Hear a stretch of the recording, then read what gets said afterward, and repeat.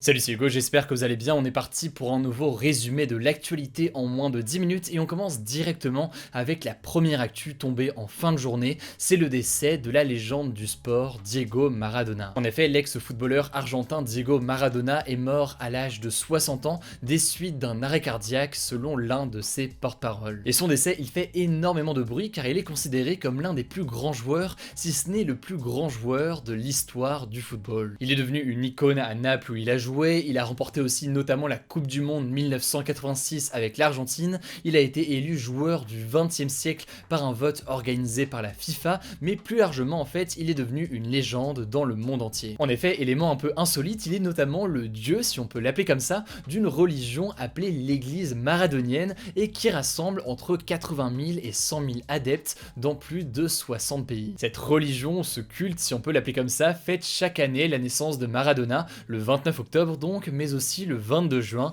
jour de son but mythique contre l'Angleterre en 1986. D'ailleurs, ce but, il a participé à son immense notoriété car il a été inscrit volontairement de la main. Here's Maradona and England have contained him pretty well so far. This looking dangerous. That's a poor clearance. Maradona with Shilton. Looked like handball that. Maradona celebrating and the goal's gonna be given. Ce geste a été surnommé par Maradona lui-même la main de Dieu et il s'agit probablement de l'un des buts les plus célèbres au monde, malgré qu'il soit évidemment totalement interdit d'inscrire un but de la main dans le football. Mais Diego Maradona laisse aussi derrière lui une image quelque peu controversée puisque en tant que joueur à la Coupe du Monde 1994, il est par exemple contrôlé positif au test antidopage et est exclu en plein milieu de la compétition, ce qui fait à ce moment-là logiquement la une de tous les journaux. En dehors du football, ça peut paraître assez étonnant, mais Diego Maradona est aussi connu pour avoir noué une relation très forte avec l'ex-leader de Cuba, Fidel Castro, dans les années 90, et ce si bien qu'il a considéré Fidel Castro comme un second père pour lui. Ces dernières années, la santé du footballeur s'était fortement dégradée, en partie à cause de sa dépendance aux drogues, parmi ces drogues l'alcool, mais surtout la cocaïne, une dépendance à la cocaïne depuis des dizaines d'années, si bien qu'il entretenait des relations avec la mafia italienne pour se protéger lorsqu'il jouait en Italie, à Naples. Alors l'annonce de son décès d'un arrêt cardiaque a provoqué une vague de tristesse et d'hommage du monde entier et en Argentine, 3 jours de deuil national ont été décrétés en hommage à cette légende du football. Et une autre légende du ballon rond, le brésilien Pelé, a déclaré ceci: j'espère que nous jouerons au football ensemble au ciel. Dans ce format des actus du jour, on parle rarement de sport, mais en l'occurrence ça me semblait essentiel de retracer la vie de cette icône. Si jamais vous voulez plus d'informations comme d'habitude, je vous mets des liens directement en description. Deuxième sujet dans l'actualité aujourd'hui qui me paraissait important à évoquer, c'est la journée internationale pour l'élimination de la violence à l'égard des femmes et je voulais qu'on fasse un point sur la situation en France. En 2020, le nombre de féminicides, c'est-à-dire donc le nombre de femmes tuées par leur conjoint ou ex-conjoint, a reculé dans le pays. En effet, à l'heure où j'enregistre cette vidéo, on compte entre 70 et 87 décès en 2020 selon les différents décomptes, c'est 2 fois moins qu'en 2019. Alors certes, les féminicides sont en baisse, mais les associations alertent sur l'augmentation plus générale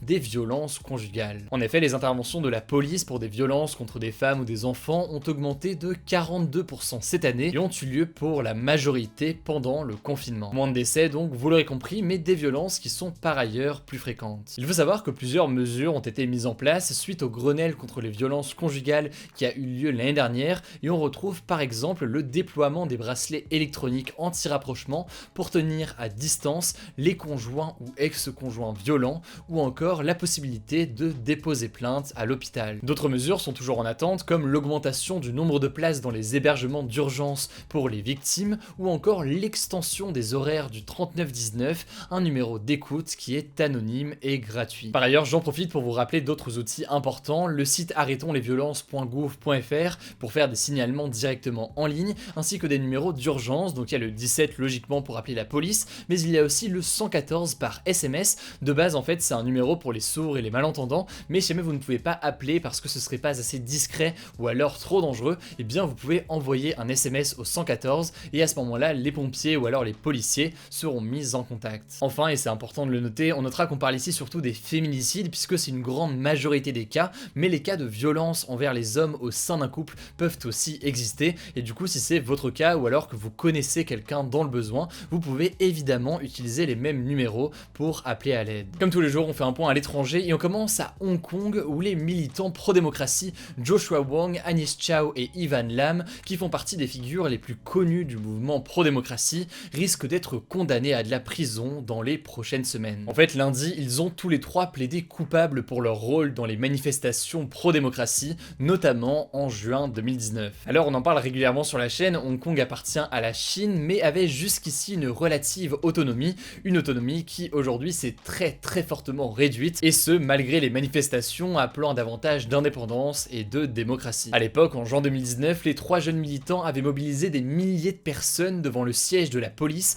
pour demander la démission de la chef du gouvernement de Hong Kong, Carrie Lam, mais aussi la libération des manifestants pro-démocratie arrêtés. En plaidant coupables, ils espèrent obtenir une peine moins lourde et ils risquent jusqu'à 3 ans de prison pour incitation, organisation et participation à un rassemblement illégal. La situation à Hong Kong est donc tendue et ce depuis longtemps. En 2018, pour cette chaîne YouTube, j'avais fait un reportage à Hong Kong à la rencontre de Agnes Chow, qui est donc aujourd'hui dans le viseur de la Chine. Le verdict du procès aura lieu le 2 décembre. Je vous tiendrai évidemment au courant à ce moment-là. Enfin, dernier sujet à l'étranger, cette fois-ci je vous emmène aux États-Unis et plus précisément dans le désert de l'Utah à l'ouest du pays où un mystérieux objet en métal a fait son apparition. Cet objet de plus de 3 mètres, c'est un monolithe, un bloc rectangulaire planté dans le sol. Il a été découvert par un pilote d'hélicoptère qui survolait le désert la semaine dernière pour recenser des moutons sauvages. Alors vous doutez bien que cette étrange découverte a déchaîné l'imagination des gens. Qui a installé ça ici? Le pilote pense qu'il s'agit d'une œuvre contemporaine, d'autres personnes ont pensé à une opération de communication pour la sortie d'un jeu, d'un film ou autre dans les mois à venir, et certains ont aussi fait le lien avec le film L'Odyssée de l'espace de Stanley Kubrick où un monolithe noir est découvert par des singes. En tout cas, les autorités ne voulaient pas partager la position du monolithe par peur que des gens ne se lancent dans l'aventure dans le désert, mais des malins l'ont retrouvé sur Google Earth et se sont déjà rendus sur place. Je vous mets des liens directement en description si ça vous intéresse. En bref, comme chaque jour, voici des actualités supplémentaires en moins d'1 minute ou quasiment 1 minute. On commence avec le discours d'Emmanuel Macron hier qui a provoqué une hausse de la vente des billets de train de plus de 400%. En effet, beaucoup de personnes ont réservé leur voyage pour rejoindre leur famille à Noël et la SNCF a d'ailleurs annoncé que le trafic serait de retour à la normale mi-décembre. Deuxième info, je vous en avais parlé la semaine dernière et je vous avais promis qu'on vous tiendra au courant dans les jours à venir, le conflit entre le pouvoir éthiopien et les forces rebelles de la région du Tigré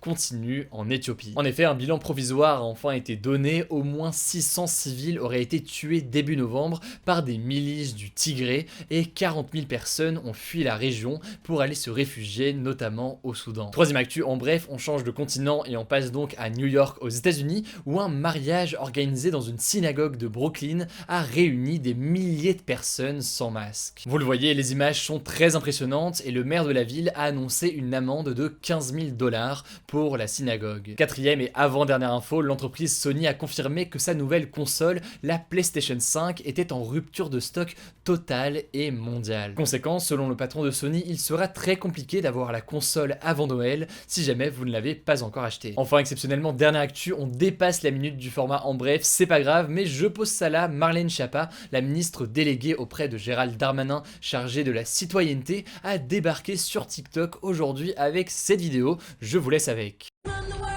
Salut jeune entrepreneur, je m'appelle Marlène Schiappa et j'arrive sur TikTok. Avant le débat, comme chaque jour, on passe à la note positive. Aujourd'hui, elle est très rapide, mais elle est en images. Je voulais vous parler d'un impressionnant sauvetage d'éléphants qui a eu lieu en Inde. En fait, ce qui s'est passé, c'est qu'un éléphant sauvage est tombé dans un puits de plus de 20 mètres de profondeur alors qu'il cherchait de la nourriture. Résultat, une cinquantaine de pompiers et de gardes forestiers sont arrivés pour le sauver et lui venir en aide. Alors, comment est-ce qu'ils ont procédé pour ce sauvetage assez unique? Vous le voyez actuellement à l'écran. Ils ont en fait d'abord décidé de l'endormir avec des fléchettes tranquillisantes pour qu'il ne souffre pas lors du sauvetage, et ensuite c'est assez étonnant, vous le voyez, ils l'ont sorti tout simplement à l'aide d'une grue. Alors l'opération de sauvetage a duré 16 heures en tout, mais je vous rassure, l'éléphant va bien, il a même été relâché dans la forêt, bref des images impressionnantes, mais tout est bien qui finit bien. Le débat hier c'était le suivant, approuvez-vous les annonces faites par Emmanuel Macron? Vous le voyez actuellement avec les résultats, vous êtes assez partagé, il y a un peu de tout, il y a d'ailleurs beaucoup de sans opinion, mais vous êtes tout de même un peu plus à être favorable aux mesures qui ont été annoncées. Le débat aujourd'hui quant à lui lui c'est le suivant: approuvez-vous l'arrivée de politique sur TikTok? Pour participer comme chaque jour, c'est très simple, vous cliquez sur la chaîne Hugo Décrypte, vous allez dans l'onglet communauté et à ce moment-là vous pourrez voter au sondage du jour directement en un clic, ainsi qu'au sondage des jours précédents si ça vous intéresse. Voilà donc pour ce nouveau résumé de l'actualité du jour. Évidemment, mais c'est pas encore le cas, pour ne pas rater les vidéos suivantes, pensez à vous abonner, c'est gratuit et ça vous permet de ne pas rater les vidéos suivantes. En description, je vous mets des liens pour en savoir plus. Rendez-vous aussi sur Instagram pour nos résumés d'actualité du lundi au dimanche, c'est rapide et facile à lire. Le nom du compte c'est Hugo Décrypte. Écoutez, je crois que j'ai tout dit, surtout prenez soin de vous et on se dit à demain pour une nouvelle vidéo.